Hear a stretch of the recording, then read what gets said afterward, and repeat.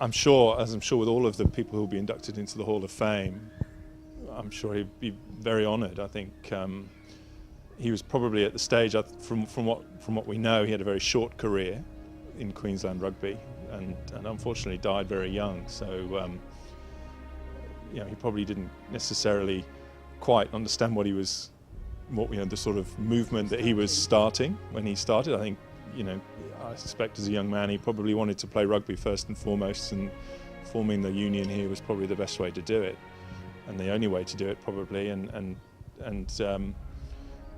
But I'm sure if he looked back now, he'll be extremely proud of what's happened in Queensland in terms of its rugby and the success it's had over the years. And to be inducted into a Hall of Fame is got to be very, very special for anyone, I'm sure. So so to feel that we're related to him is still sort of sinking in a little bit, but very feel very privileged in a way, very exciting. When the 11 inductees were given to us to do a bit of research, and we started to look around, a lot of them were pretty easy, but there were a couple that gave us a few problems, and I started the Hickson excursion without much hope of finding anything.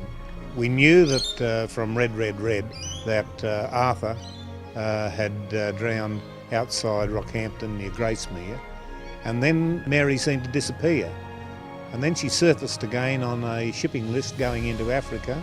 We found her in Kenya and eventually found our way through to Sheila's brother, who was fortunate enough to have 3 initials, SFD, Powell, through a series of misfires and through the Lands Department of the UK and Bristol University.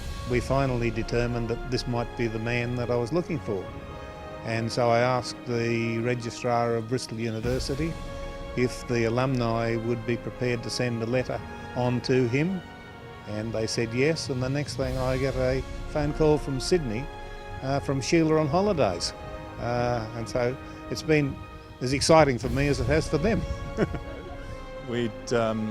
I had no knowledge of him at all, and my mum, who's here on holiday with us, had come out here partly to explore her family tree, and the name Arthur Hickson was one of the names to be explored, and we really didn't know anything until Ian got in touch through my uncle in London, who I think he'd got in touch through his Bristol University Alumni Society to say, were we the relatives of Arthur John Hickson, and so it all came from opposite directions, but it's been a great ending and outcome.